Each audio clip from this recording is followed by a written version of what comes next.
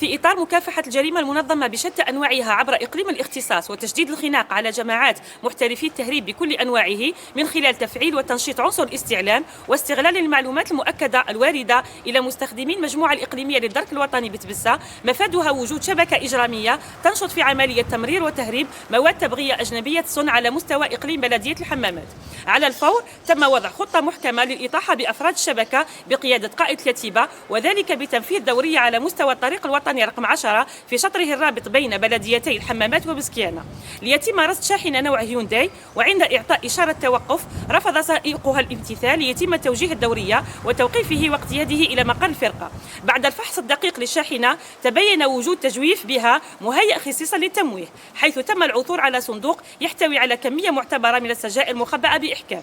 أسفرت هذه العملية عن ضبط وحج شاحنة نوع هيونداي وسجائر أجنبية صنع تقدر ب 40750 علبة سجائر نوع إيدج و15600 وحدة من التبغ شمة، مع حج سيارة نوع سانديرو كانت تستعمل في تسهيل مرور البضاعة مع توقيف شخصين مشتبه فيهما. بعد استيفاء كافة الإجراءات القانونية سيتم تقديم المشتبه فيهما أمام الجهات القضائية المختصة.